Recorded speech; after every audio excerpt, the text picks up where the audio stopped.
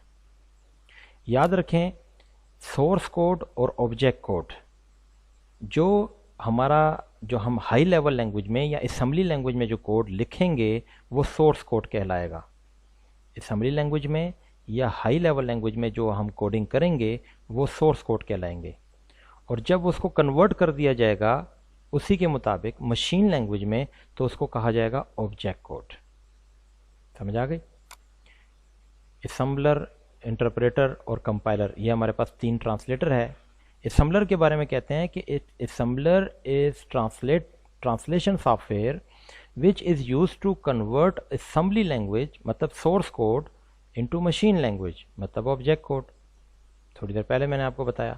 Interpreter اور compiler میں نے آپ کو تھوڑا سا فرق بتایا تھا، اس کو آپ یہاں پہ ڈیٹیل میں دیکھتے ہیں. دیکھیں interpreter the language that convert high level language. Interpreter کس لیے یوز ہو رہا ہے؟ ہائی لیول لینگویج کو ٹرانسلیٹ کرنے کے لیے، کنورٹ کرنے کے لیے. یہاں پر اسمبلی لینگویج کے لیے تھا، انٹرپریٹر ہائی لیول لینگویج کے لیے، اور کمپائلر بھی ہائی لیول لینگویج کے لیے.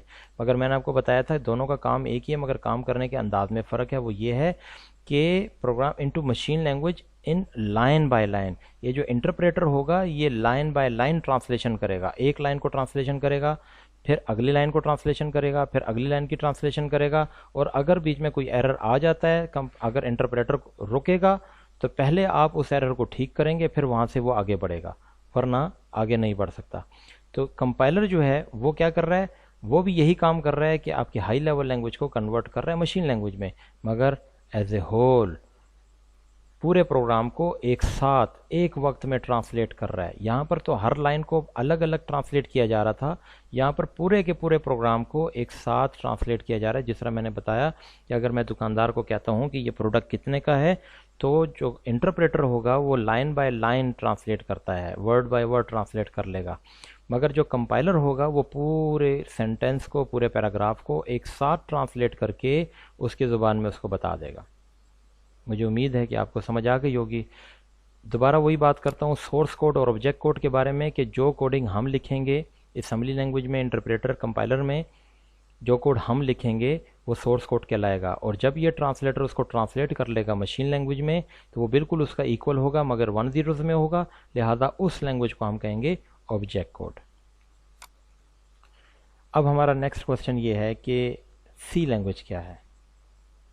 دیکھیں ابھی تھوڑی دیر پہلے میں نے یہاں پر بات کی تھی کہ ہمارے پاس ڈفرینٹ قسم کی ہائی لیول لینگویجز ہیں، اس میں سی پلس پلس کا ذکر میں نے کیا. ہمارے کورس میں سی پلس پلس ہے، تو لہٰذا ہم دیکھتے ہیں کہ یہ سی اور سی پلس پلس کیا چیزیں ہیں. ٹھیک ہے، C is one of the most powerful, flexible, efficient, compiled, general purpose, high level programming language. دیکھیں ایک ہی سینٹنس کے اندر کافی چیزیں اس میں سمودی ہیں. پہلے تو کہہ رہا ہے کہ سی جو ہے وہ ایک پاورفل لینگویج ہے. اتنی پاورفل لینگویج ہے جتنی شاید کافی عرصے تک کوئی بھی نہیں تھی. اب تو اور بھی آ گئی ہیں مگر سی انتہائی پاورفل لینگویج تھی. بہت زیادہ آپریٹرز ہیں اس کے اندر, بہت زیادہ اس کے اندر ہمارے پاس ڈفرینٹ قسم کے فنکشنز ہیں. فلیکسیبل بھی ہے. یہ فلیکسیبل اس لیے ہے کیونکہ جس طرح ایک ربڑ ہوتا ہے, ربڑ کو آپ جتنا کھینچتے ہیں وہ بڑا ہو جاتا ہے, فلیکسیبل چھوڑتے ہیں واپس آ جاتا ہے. اس میں ہم دن بدن نئے نئے فنکشنز ڈال سکتے ہیں, نئے ہم اس میں کمانڈ ڈال سکتے ہیں, نئے آپریٹرز ڈال سکتے ہیں. لہذا سی جو ہے وہ محدود نہیں ہے, بلکہ اس میں ہم جتنا اس میں محنت کریں, جتنے اس کے اندر ہم فیچرز ڈالنا چاہیں وہ ہم ڈال سکتے ہیں. ایفیشینٹ بھی ہے, کمپائلڈ بھی ہے. ظاہری بات ہے کمپائلڈ میں نے آپ کو بتایا کہ کمپائلیشن ہوتی ہے اس کے اندر. جنرل پرپز ہے. جنرل پرپز مطلب یہ ہے کہ آپ اس کو کسی بھی فیلڈ میں یوز کر سکتے ہیں. ٹھیک ہے, مثال کے طور پر یہاں دیکھیں نیچے لکھا ہوا ہے کمپیوٹر ڈرائیورز, گیمز اور ڈفرینٹ اپلیکیشنز بنانے کے لیے ہم اس کو یوز کر سکتے ہیں. ٹھیک ہے, mostly use to solve scientific and engineering problem. سب سے زیادہ جو اصل میں جو سی لینگویج کا جو وجود آیا اس دنیا میں تو وہ اسی وجہ سے کیونکہ سائنٹیفک اور انجینئرنگ پرابلم کو سالو کرنا تھا with the help of computer. تو اصل میں یہ سی لینگویج ان کاموں کے لیے. ٹھیک ہے, تو ہم اس سے مختلف کام اور بھی لیتے ہیں. ڈرائیورز وغیرہ بناتے ہیں. ڈرائیور مطلب ساؤنڈ ڈرائیور, وی جی اے ڈرائیور, مختلف قسم کے ڈرائیور. جس طرح کبھی کوئی الیکٹریکل انجینئر جب کوئی ہارڈ ویئر بناتا ہے, ظاہر بات ہے اس کے لیے سافٹ ویئر بنانا پڑتا ہے, اس کے لیے کچھ ڈرائیورز بنانے پڑتے ہیں, تو وہ اس سی لینگویج میں آسانی سے بنائے جا سکتے ہیں. آپ گیمز آپ دیکھ لیں, اگر پرنس آف پرشیا جو پرانا ورژن تھا جو ڈاس میں چلتا تھا, یا اگر آپ دیکھیں نیڈ فار اسپیڈ 1 جو ہے, یا اس کے علاوہ بہت ساری اس طرح گیمز ہیں کروسائڈر ٹائپ کی, تو وہ ساری کی ساری گیمز جو ڈاس ورژنز ہیں وہ اس میں سی لینگویج میں بنائی جائیں گی. اور بہت ساری ہیں جو ہم مختلف دکانوں میں ہم جا کر کھیلا کرتے تھے بچپن میں, جو اٹاریز وغیرہ میں ہوا کرتی تھی, تو وہ اس قسم کی گیمز اس میں بنایا کرتے تھے. تو بہرحال سی لینگویج جو ہے, C program can be executed on any make of computer. کسی بھی کمپنی نے کسی بھی طرح کا کوئی کمپیوٹر بنایا ہو تو ہم سی لینگویج اس کے اوپر چلا سکتے ہیں, چاہے وہ سپر کمپیوٹر ہے, چاہے وہ مین فریم ہے, چاہے وہ منی کمپیوٹر ہے, مائکرو کمپیوٹر ہے, ٹائپ اس کی جس قسم کے بھی ہیں سی لینگویج اس پر چل سکتے ہیں. ٹھیک ہے, سی لینگویج 1972 میں ڈیولپڈ ہوئی تھی, ڈینس ریچی نے کی تھی. یہ ڈینس ریچی ہے. اس ڈینس ریچی نے صرف سی میں نہیں بلکہ بہت سارے اس طرح کے پروگرامز ہیں جس میں اس نے کام کیا, خاص طور پہ یونیکس لینکس میں اس نے بہت کام کیا ہوا ہے. ٹھیک ہے, تو یہ اصل میں کام کرتا تھا بیل لیبارٹری کے اندر. تو بیل لیبارٹری ایک ٹیلی فون لیبارٹری تھی امریکہ کے اندر. تو یہ اس کے اندر اپنا کام آسان کرنے کے لیے پہلے یہ کام کیا کرتا تھا اسمبلی لینگویجز میں, پھر اس نے ساتھ کچھ اور لینگویجز ملو کیا, تو اس نے پھر بعد میں یہ سی لینگویج بھی بنا لی, اور پھر مزید اس میں کام کرتا رہا اور مزید ڈیولپنگ ہوتی رہی. سی پلس پلس بھی بنا اور ڈفرینٹ لینگویجز بھی وجود میں اس کے بعد آتی رہی ہیں. ٹھیک ہے, ابھی مزید اگر آپ دیکھیں تو لوگ ڈیولپ کر رہے ہیں اسی کو سیکھتے ہوئے, اسی کو بیس رکھتے ہوئے, تو مزید لینگویجز ڈیولپ ہوتی جا رہی ہیں. اب سی اور سی پلس پلس میں کیا فرق ہے؟ ایک دیکھیں, ایک سی ہے اور ایک سی پلس پلس ہے.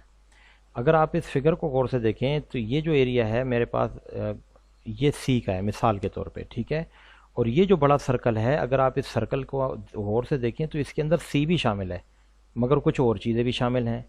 اب یہ جو ایکچول جو سی ہے, سی, اس کے ہمارے پاس بہت سارے اس کے اندر فیچرز ہیں, مختلف قسم کے کمانڈز ہیں, مختلف فیچرز ہیں, ہم آگے جا کر دیکھیں گے جو صرف اور صرف سی کے ہیں.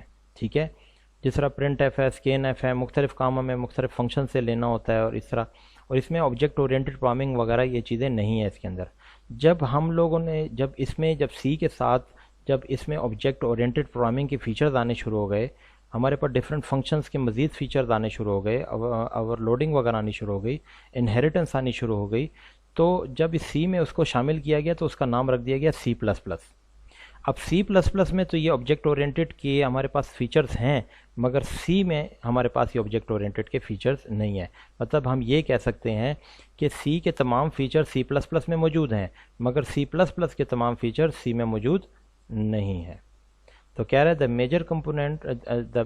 major difference between C and C++ is that the C is a procedural programming language. C جو ہے وہ procedural language ہے، جبکہ and does not support classes and objects. تو یہ کلاسز کو، آبجیکٹس کو اور اس قسم کی چیزوں کو، پولمارفزم کو سپورٹ نہیں کرتا.